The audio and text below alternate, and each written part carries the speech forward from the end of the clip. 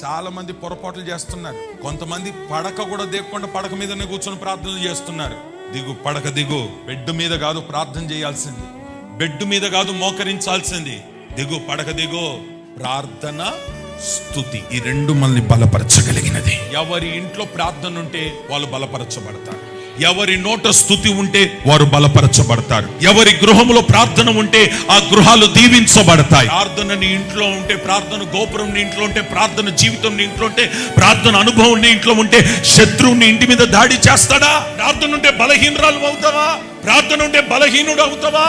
అవో, ప్రార్థన ఎక్కడ ఉంటుందో అక్కడ నువ్వు బలవంతుడుగా ఉంటావు. ప్రార్థన ఏ గృహంలో ఉన్నా ఆ గృహము ఓడిపోదు. నీ పిల్లల్ని పొద్దున్న లేసి ముద్దాడొద్దు, మోకరింపచే. నీ పిల్లలు మోకాల మీద ఉంటే దేవుడే నీ పిల్లల విషయంలో జోక్యము చేసుకుంటాడు. ఏ ఇంట్లో ప్రార్థన, ఏ ఇంట్లో స్తుతి ఉంటుందో ఆ రెండు ఉన్న ఇల్లు బలపరచబడుతుంది.